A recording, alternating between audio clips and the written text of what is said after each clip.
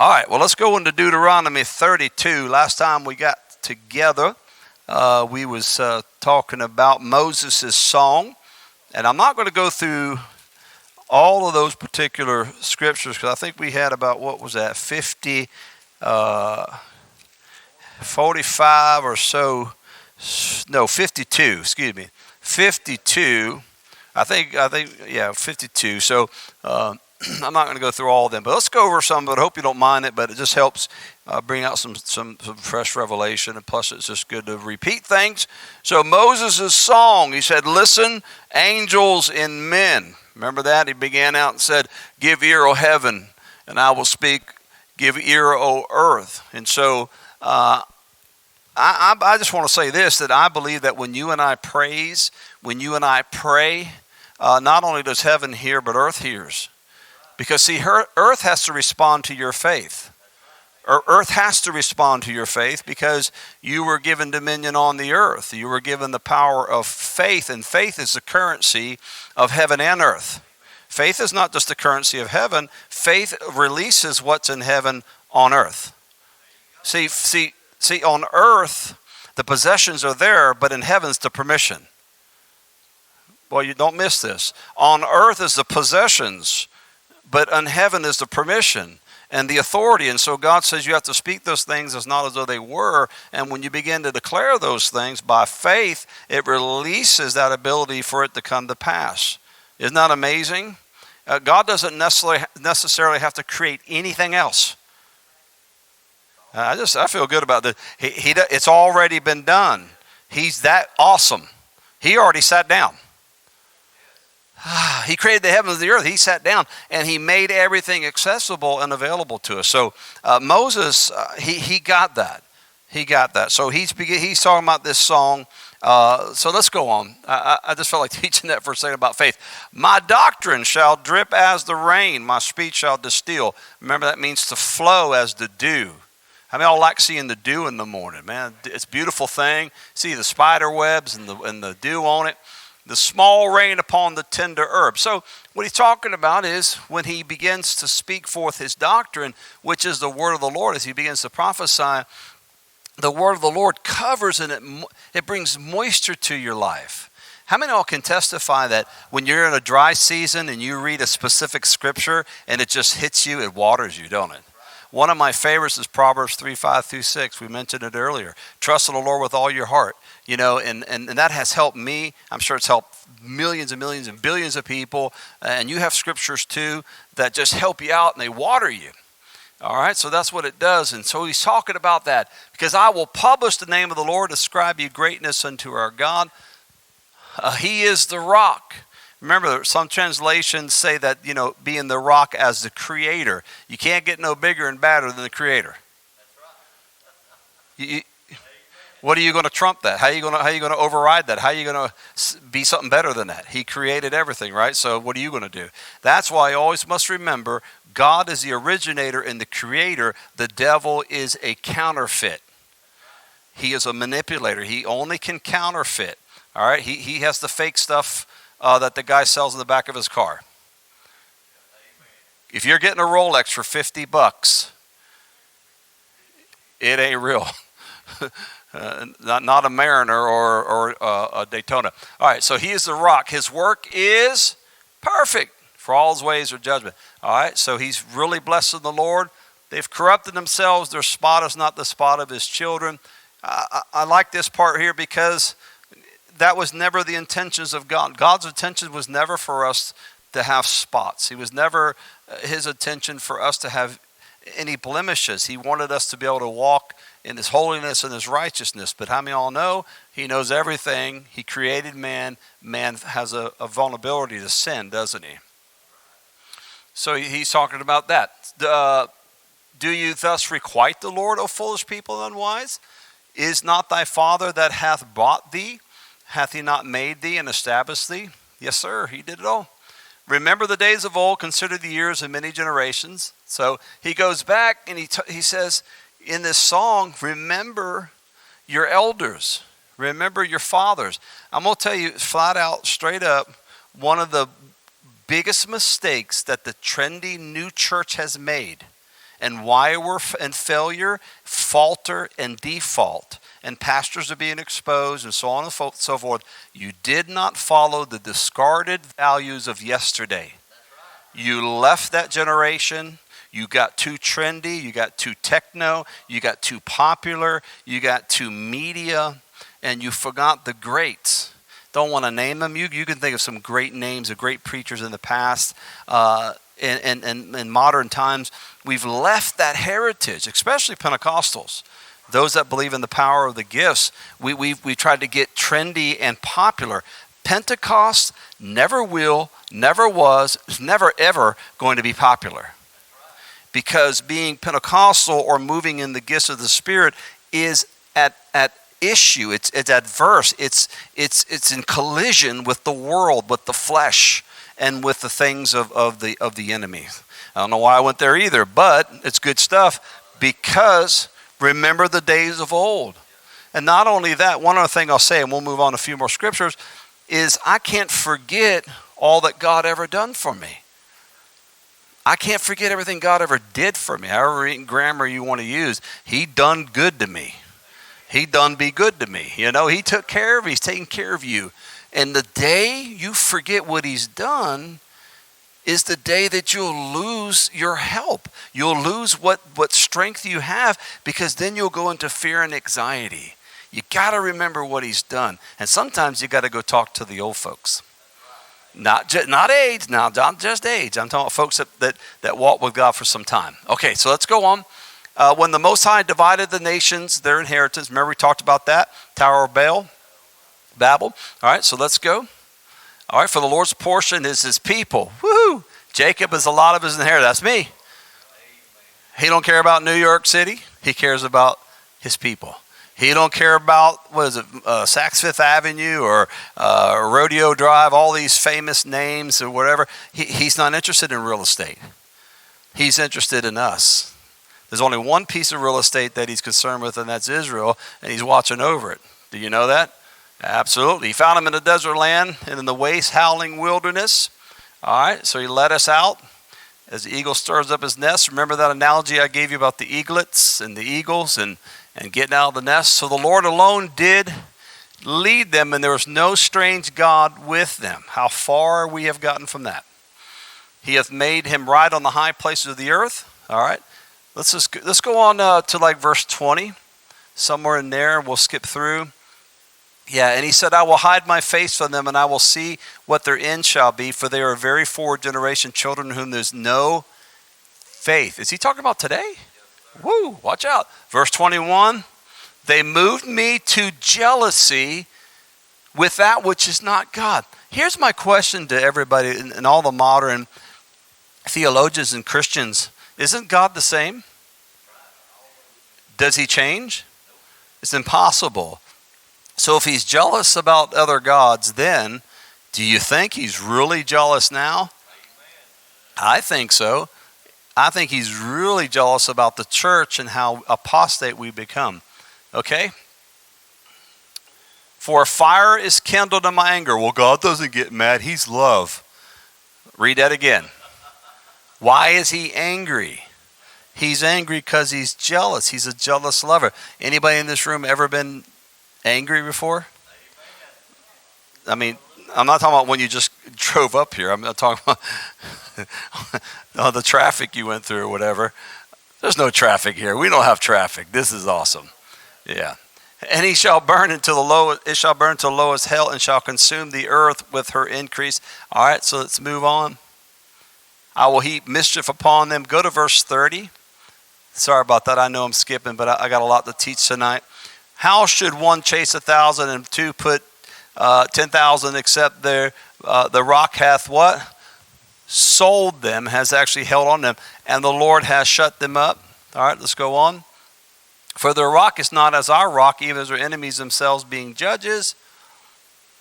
For their vine is the vine of Sodom and the fields of Gomorrah. Man, that's pretty bad, isn't it? Go on to verse 33. Their vine is the poison of dragons and the cruel venom of asps. To me belongeth vengeance and recompense. So he says, look, I'll deal with them. I'm going to take care of it. Aren't you glad God takes care of your enemies? For the Lord shall judge his people, repent himself for his servants. And he shall say, where are thy gods, the rock in whom they trusted? I believe that's going to be said to us here in America in the coming days. Which did eat the fat of their sacrifices and drank the wine of their drink offerings. Let them rise up and help you and be your protection. You know, it sounds kind of smart, don't it? How many of y'all know God has a sense of humor? When you're right, you can be that way. Let me try that again. When you're right, you can be that way because you have absolute authority and you see absolute clarity. And so God says, hey, this is how it is. And we don't understand that, but in Judgment Day we will. See now that I, even I, am he, and there's no God with me. I kill and I make alive. All right, so we're seeing the characteristics of God here. For I lift up my hand to heaven, and I say, I live forever. For I wet my glittering sword, and my hand take hold on judgment, and I will render vengeance to mine enemies and reward them that hate me. Wow, I don't want to see that, but it's coming. And Moses came and spake all the words of the song in the ears of the people. Go to just about verse 40, 46, 48, 7, somewhere in there, and then we'll close it off here. And he said unto them, set your hearts upon all. How many? All the words which I testify among you this day, which you shall command your children, observe to do. You're supposed to teach the children. All the words of this law, for it's not a vain thing for you, because it is your what? Life. I don't know why they're acting up. I don't know why they're doing this. I don't know why, Johnny wants to murder whoever. Get the word in them. Say, well, I did, and they ran. Guess what? They'll come back. All right, don't worry about it. They'll come back. You shall prolong your days. So let's go on. This was before Focus on the Family, by the way. Some of you don't even know what that is. God was already teaching them how to raise the youngins. The Lord spake unto Moses that same self day, saying, get thee up in the mountain of Abram unto Mount Nebo, which is in the land of Moab that is over against Jericho. And behold, the land of Canaan, which I give unto the children of Israel. Notice it ain't you. And die in the mount. Okay, let's leave it there. Oh, man. So poor Moses. He dealt with several million people as a pastor, but he sinned, and then God says, guess what? You're going to die. So, again, I think it's one of the saddest scriptures there because he saw the land, but he couldn't enter in. And there's so many, I've mentioned that last time, so many Christians see these things. They see the promises we teach. They see kingdom living, but they never enter into it. And it's a shame because all these principles are for everybody. You just can't compare yourself with everybody because that's not spiritual. That's not the right way. And that's not what we do. All right, so Deuteronomy 33. We got one more chapter after this. Woo-wee. We almost done did it. We almost done did it. All right, here we go. 33. So let me give you a little backdrop here. These are going to be the prophetic blessings of Moses. I love this chapter because I wrote it in my notes. I wrote, here comes Pastor Moses. It's like he was the prophet earlier. He was like, let me tell you what's going to happen, you bunch of, But then he comes out as the pastor, the shepherd, and he has a powerful word from the Lord. And much like Jacob had when he was declaring the blessings on his children. So here we go. And this is the blessing wherewith Moses, the man of God, blessed the children of Israel before his death. Let me say this right here. And this is the blessing wherewith Moses, the man of God, blessed his children. In your life, you need someone to bless you.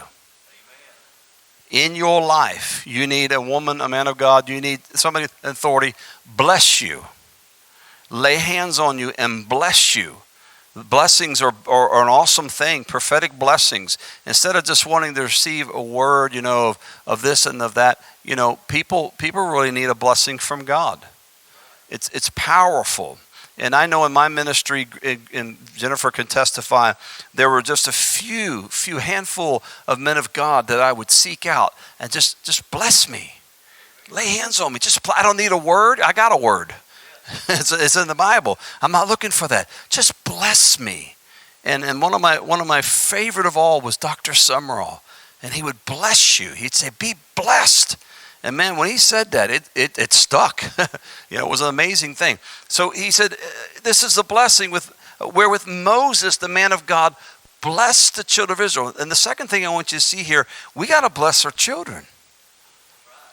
We got to bless them. Every so often, and people that are watching right now, you're a grandparent or whatever, lay hands on your children and bless them. I don't care if they try to run away from you. Say, what are you doing? Just get over here right now. You want to eat? You like living here? Bless them, lay hands on them. I'm fixing to get you three pretty soon. At certain times of the year, certain times, they know that. There's times I'll be like, come here, I want to pray for you. What did I do? You didn't do anything. I just want to bless you. You need to do that. Just don't do it to somebody else's children like a Walmart, and then you'll get in trouble because they'll be like, what are you doing? Unless they let you. My brother Mike done that before, wanted to pray for children. That's a beautiful thing. That's a beautiful thing. Well, before COVID and all that, when we sent our children off to school, we would lay hands on children here to send them off for their new year. Remember that? That's powerful. All right, let's go. And he said, the Lord came from Sinai and rose up from Seir unto them, and he shined forth from Mount Paran, and he came with 10,000s of his saints. From his right hand went a fiery law for them. So he's starting to prophesy, but he's reminding them of the steps that God made with his glory. What he's illustrating here poetically, prophetically and poetically, is like the sun rising. You know how the sun rises and it'll shine on portions of your property or your home, and then it gets larger and it goes on other parts, and as the day proceeds, it gets brighter. These were the points where he met with Moses and showed his glory. And so Moses he's being poetic. That's what I like about the Hebrew. The Hebrew is so poetic. A lot of times we read it in the King James, we juggle water, get a jug of water because it's so dry. But you have to see what he was saying to understand. Okay, and the tens of thousands of saints. Now, where do we hear that again? Jude. Don't we hear that again? He's coming with his saints. That's you and I. Hallelujah. But here there's a double understanding. The saints can be translated angels, angelic, but it's also the children of Israel, because in another verse it explains it. But it's dual. But here it is. So picture, he's like, look, I'm going to bless you. But let me remind you, it's the glory that blesses you. It's his law, his word, that blesses you. Not the hands of a man, but what the man's going to say through the word of God. Okay? So that's what he's doing. Verse 3. Yea, he loved his people. He loved the people. All his saints, see, now he's explaining the saints, are in thy hand. And they sat down at thy feet. Every one receive of thy words. Guess what? God still feels the same. Please think about it for a minute. God feels the same. By the way, this is the big bad, ogre God of the Old Testament, right? Y'all know what I'm talking about when you're in Sunday school. Big bad, you're going to kill everybody. No, this is God.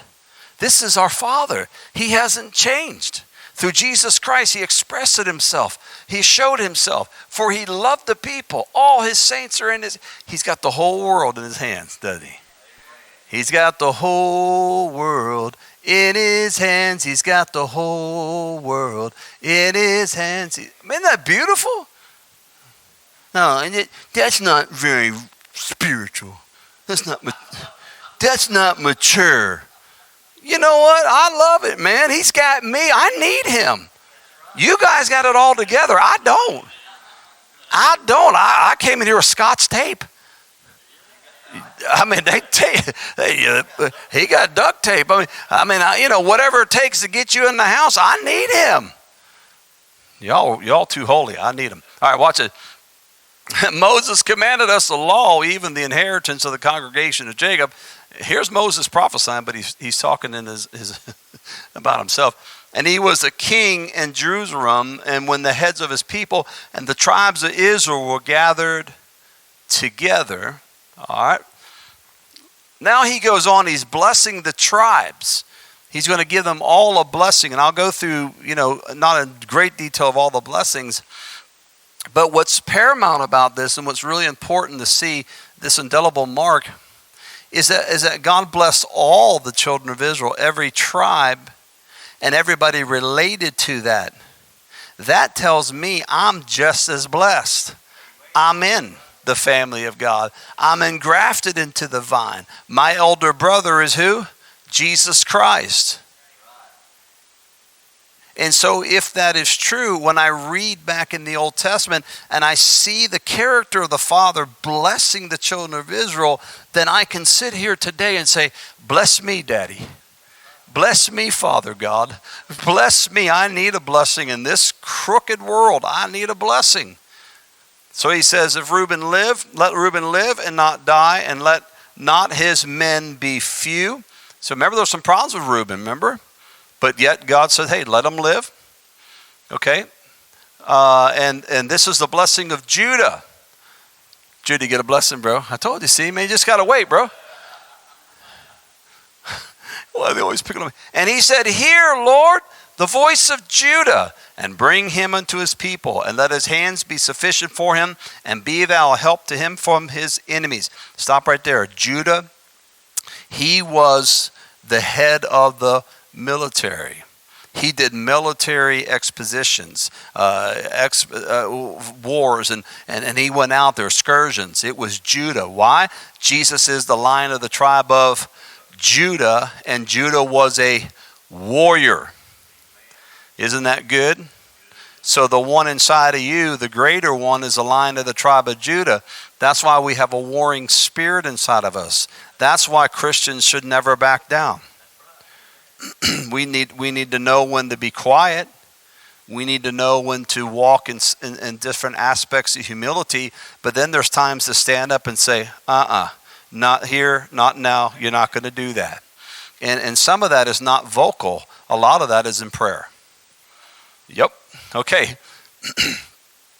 And of Levi, he said, let the Thummim and the Urim be the Holy One, whom thou didst prove at Massah, and with whom thou didst strive at the waters of Meribah. So let's stop right there. Thummim. It's kind of a hard word to say because it's actually the T is not, it's silent in it.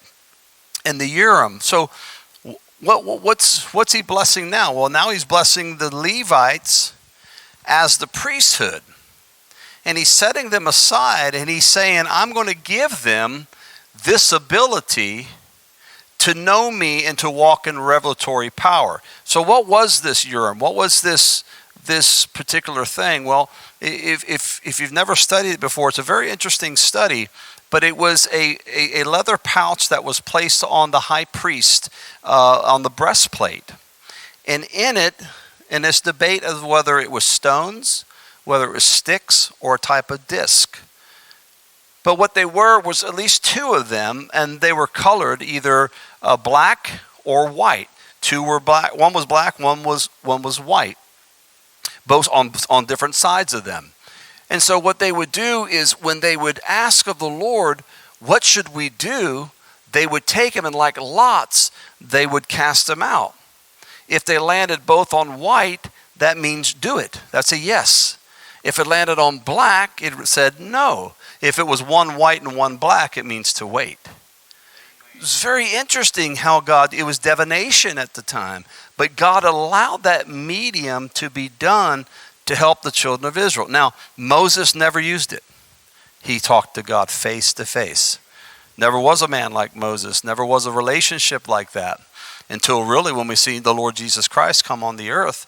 And so this was a very interesting tool that God used. Now, some scholars say that actually they had lettering on them that would spell out things in Hebrew according to what they're supposed to do. Some even say they glowed and they made like a light type of thing. You know that's for someone else to wonder about. All we know from history is that this is how they would get their information. What happened to it? It was gone. It's no longer in existence. Nobody can find anything at all about it. All we have is Scripture, because the last time we heard about it was in Ezra. Why was that? Because in Ezra and in the time of the monarchies of the king, God began to remove the priest to the back part of the Levitical worship, and then he brought up the prophet. You see, the king needed a prophet. The king must always have a prophet. Today we need a prophet. Today we need a company of prophets. And so this was removed, and the system no longer mattered. Though the priest was still in operation, it was the prophet that got the word from God. Should we go to battle? Hold on, I'll be right back. Let me go ask God. Okay? Now, how does that translate to you and I today?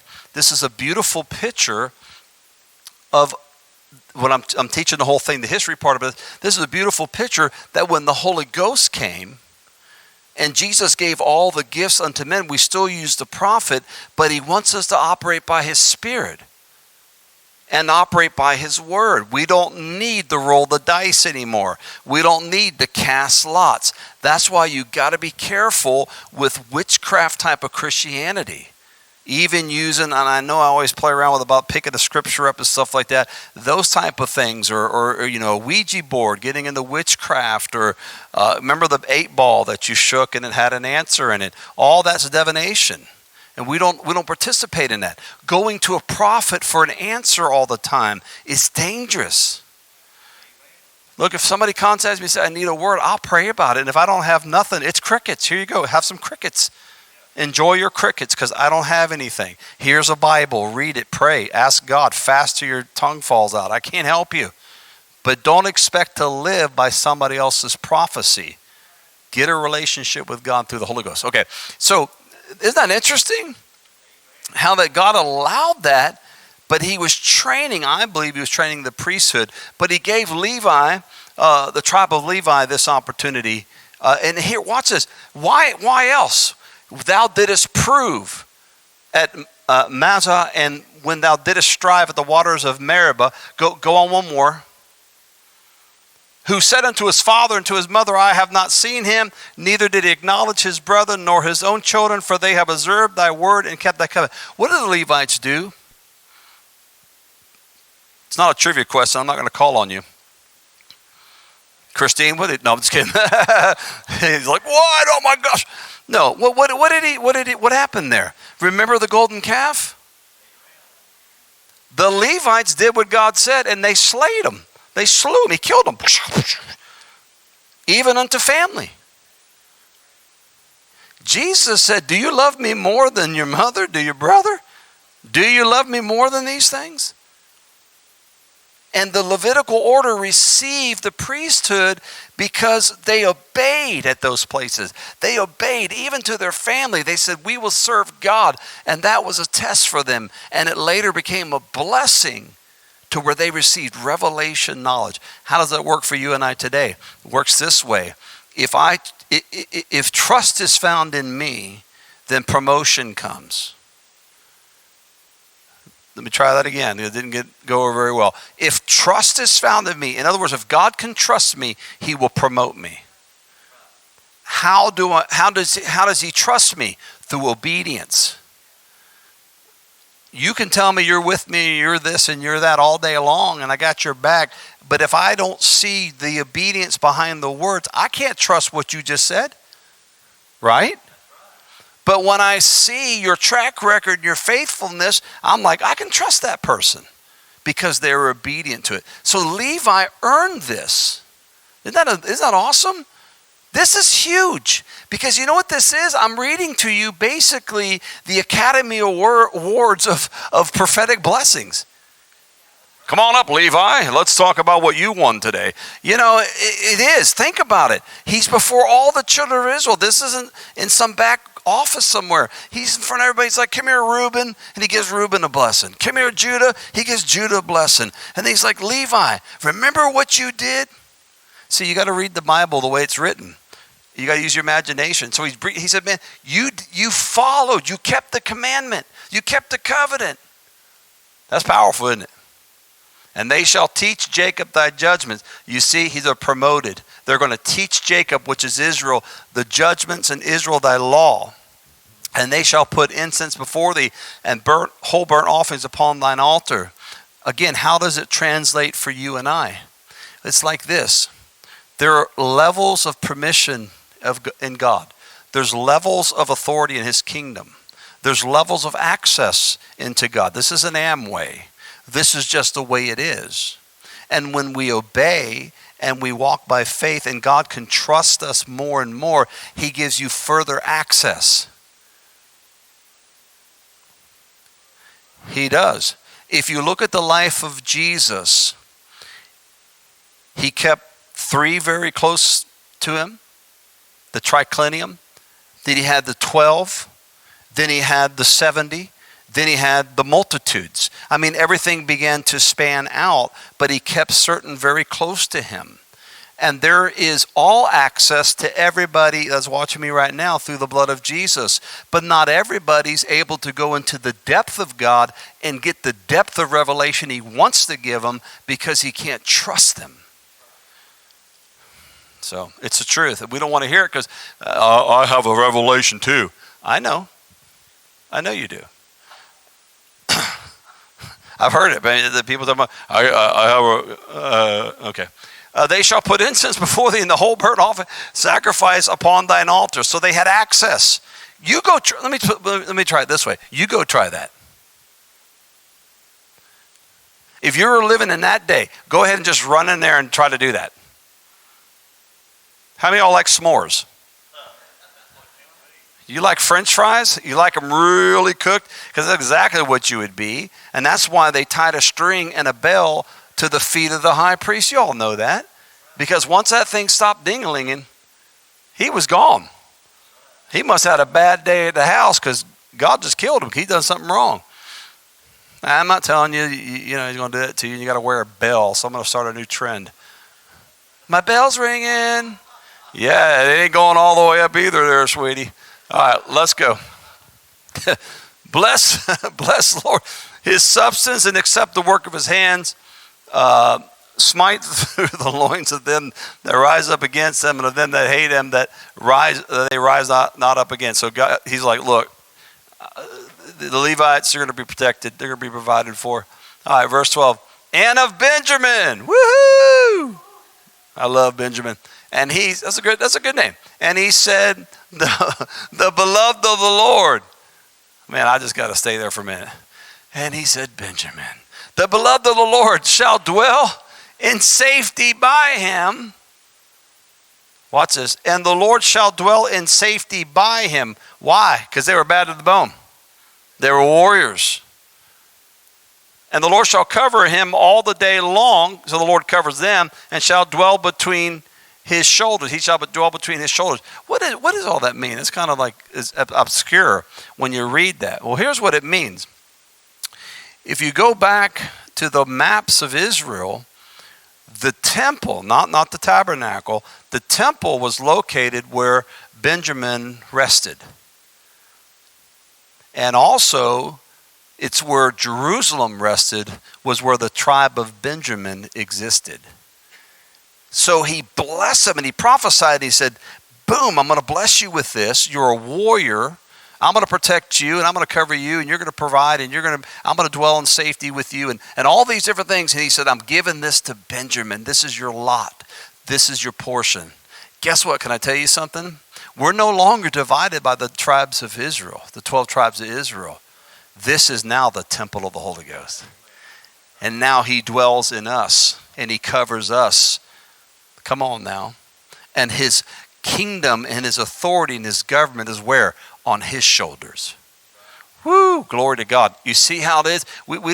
That's why going back to Hebrew roots and all that stuff is not a healthy thing, because all of it gets washed in the blood. Everything is a new covenant. It's a new opportunity. You should know history. Nothing wrong with that. But be careful you don't get indoctrinated with something that tries to make you an elite that you're not.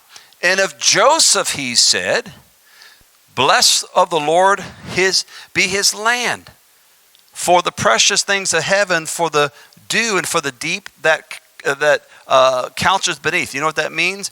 It means that land was very fertile and the deep beneath it was water. It couched beneath it. In other words, there were rivers underneath. It was healthy land. You know, when they dug down, man, they had moisture, fertilization, okay? They didn't need Tractor Supply. And for the precious fruits brought forth by the sun, and the precious things put forth by the moon. Even the moon got involved. That's pretty heavy. And the moon does get involved in harvest, doesn't it? A lot of folks don't know that. We'll have to tell them that. And for the chief things of the ancient mountains, and for the precious things of the lasting hills. So, man, they're getting blessed all over, Joseph is. And for the precious things of the earth and the fullness thereof, and for the goodwill of him that dwelt in the bush, let the blessings come upon, that's hillbilly right there in the bush. Let the blessings come upon the head of Joseph, woo, and upon the top of the head of him that was separated from his brethren. Now let me show you something. This is really cool. When I was reading this, it just tickled me really big time. Because in the prophetic blessings of God, he's remembering their actions of the past. Remember I said trust, promotion, obedience. He's remembering it. He remembered Judah. He remembered Benjamin. Everybody. He remembered them. But what was this about Joseph? Joseph was sold into slavery by his brethren. You ever been kicked to the curb? By somebody in the church? By your own family member? Let me tell you something. God does not forget what battles we've been through.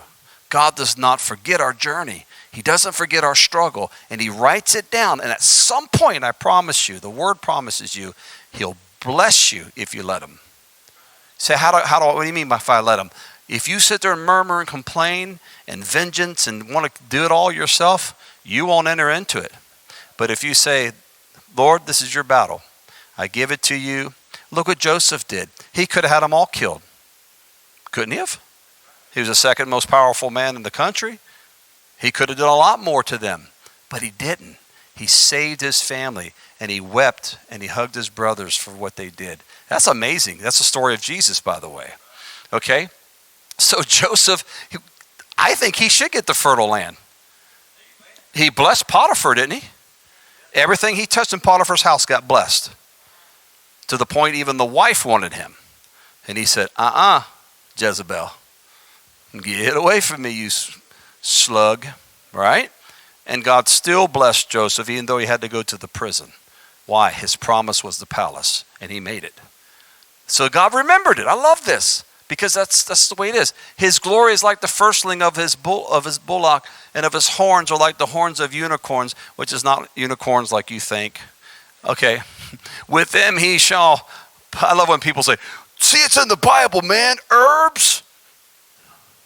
You ever heard that? You can smoke herbs and there's unicorns, bro. They go together. Yeah, it's a box of Lucky Charms, you weirdo. Stop. Just stop. It was not a unicorn like you think. It was a different desert animal. With them he shall push the people together to the ends of the earth. And they are the 10,000s of Ephraim. Watch this.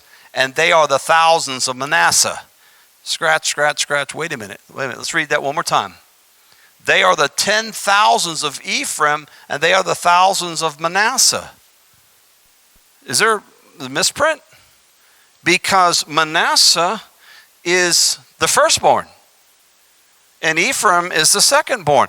But the firstborn gets less than the secondborn. That ain't right, is it? But that's the way it was prophesied. That's the way it was declared that the what? That the younger would rule. Is that right? Yes. Let me give you the scripture. So you all staring at me. They're like, yeah, oh yeah, we believe you. Where's it at? What is this verse? What is this, 17? Yeah. You just go up there. Genesis 48:19, I believe is what it is. That way we have it on the screen. Sorry to put you on the spot. But that way you have it. And his father refused and said, I know it, my son. I know it. He also shall become a people, and he also shall be great. But truly his younger brother shall be greater than he, and his seed shall become a multitude of nations. So it was a prophecy from Jacob, but God honored it. Even though it was out of line, because the firstborn is supposed to be the leader of it. But that's not how it was done. And so God honored that. Isn't that cool? Still, it went all the way through to this time. And what I love about this, and I don't know if I articulate this good enough. Maybe I just jump up and down, put a clown suit on or something. But this is how God remembers us. He doesn't forget about me. He doesn't forget about you. And I know that's hard in a sea of people and a church and life. And we're just like bobbling around, man. But God sees you. Every hair upon your head is numbered. Everything about you is known. And he looks intently at you. I don't understand that. I really don't. I don't know how he does it. I don't know how can he hear everybody pray? I have a hard time multitasking. If my wife is talking to me, I have to stop everything and look at her. If not, I'm like the guy with the spot, in the commercial where he's at an interview and the guy's looking at a spot and the spot's talking.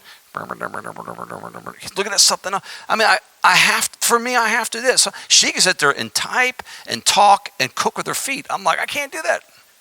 All right, go. I can't do that. All right, so, but I want to emphasize this. God remembers your struggle. He remembers your blessing. He remembers prophecies that were given to us when we were older. You ought to just sometimes sit down. Everybody listen, sit down and try to go through some old prophecies that God gave you or people gave you. I have a book of things I've written down over the years, Revelations, and just go back and read it and remind yourself of what God said about you. I don't care if it hasn't come to pass yet. All right. Man, it blesses me. And Zebulun, he said, rejoice, Zebulun, in thy going out. That's all you get. Thanks, Zebulun, rejoice. Okay. And get out of here. And Issachar in thy tents. Hey, they got blessed, didn't they? They got tents. You got a tent?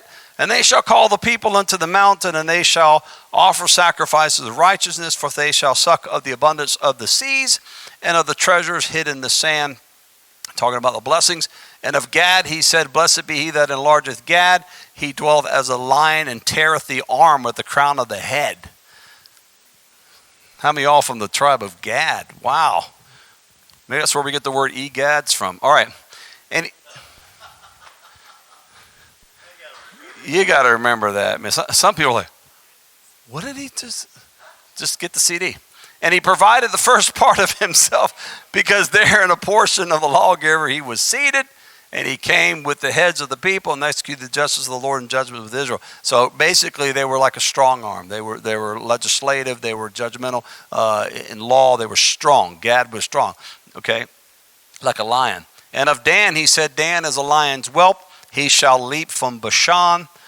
There's much to study about that. Naphtali, he said, O Naphtali, satisfied with favor and full with the blessings of the Lord, possess thou the west and the south. And of Asher, he said, let Asher be blessed with children. Let him be acceptable to his brethren. Let him dip his foot in oil. Now this is really cool, because what he's saying is, with the dipping the foot in oil, it means to be prosperous. Because in that region, the portion of land that they got, there were the olive trees. And if you know anything about olive oil, number one, it's expensive. Number two, it's the best oil on the planet for your body, kind of heart and all kinds of stuff are involved in that. And so he's basically let him dip his foot in it. So he's being saturated with it. All right. Thy shoe shall be iron and brass, as thy day shall, so shall thy strength be. I'm trying not to hurry. Give me just 5 minutes after. But this is really good. Thy shoe shall be iron and brass. What does that mean? The shoes are going to be iron and brass. Well, basically what it means is, back in the warrior times and in the army times, they would make their leggings and their shields out of iron and out of brass. Goliath wore them. They're called greaves, by the way, Greaves, graves, and they would wear them. And what he was telling them was that your shoes are going to be iron and brass. You're going to be a warrior. You're going to be strong. But look what he says here, and this is so comforting. As thy days so shall thy strength be. So in other words, as you get older, you become stronger. Now, you may not feel that way. You may wake up and say, oh my gosh. Oh, I don't know about this, Lord. But he was telling them, look, with your longevity, you have strength with me. With your longevity, the path of the righteous grows brighter and brighter. We're supposed to be bigger and better as we get older. Yeah, our bodies go through things, but look at Caleb. Look at Caleb and give me this mountain. You know, I'm old, but give me this thing, man. Look at Joshua. Look at all the great. I have to go back to, not to idolize, but I go back to Dr. Summerall, 80-something years old. And he would travel the world. And when he'd come back to the States, he would have to drop off pastors who were helping him at 30, 35 years old because they couldn't go any further. They couldn't. That's a true story. And I had a good friend of mine, Kevin. I won't mention his last name. He's passed on, but a very dear friend was an associate of Dr. Summerall's, and you remember Kevin. And they couldn't keep up with his stamina. At 80-something years old, I love it. I want to be that way. Come on, I may not be able to run a mile and all these different things, but I want to have vigor. I want to be serving God.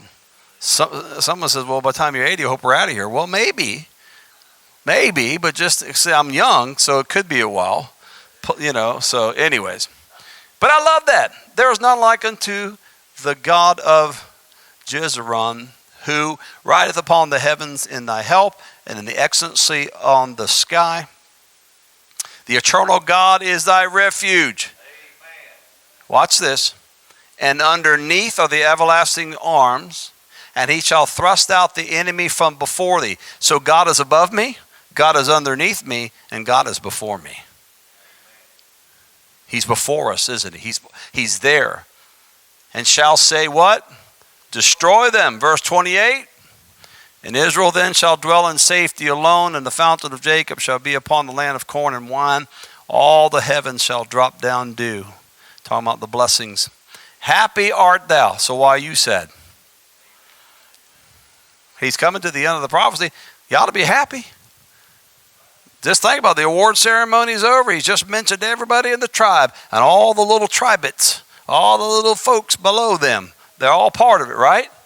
O Israel, who is like unto thee, O people saved by the Lord, the shield of thy help, and who is the sword of thy excellency, and thine enemies shall be found liars unto thee, and thou shalt tread upon their high places. That last scripture? Amen. Absolutely. So, he's blessing them, and this is what I love. Again, as we close, we look at Moses, we look at Deuteronomy, it's like, oh my gosh, there's killing, there's cursing, there's, he's doing this, he's promising that. But you know what? That was because of their disobedience. He knew they were going to fail, but then he blesses them, and he gave them grace and mercy when they needed it. Father, thank you for this opportunity to teach Deuteronomy 33. Lord, if I can leave anything tonight, I want an indelible mark in our hearts that you are the same towards us. You don't look at us in division. You look at us in love. You got a plan for everybody listening to me right now. You got a plan to prosper them. Even in the last days, you will provide for your people. Prosperity has many faces. And we're thankful, Father God, you shine down on those faces. Bless us the rest of this week. We look forward to Sunday morning. In Jesus' name, amen. I love everybody. I'll see you Sunday. Bring somebody with you.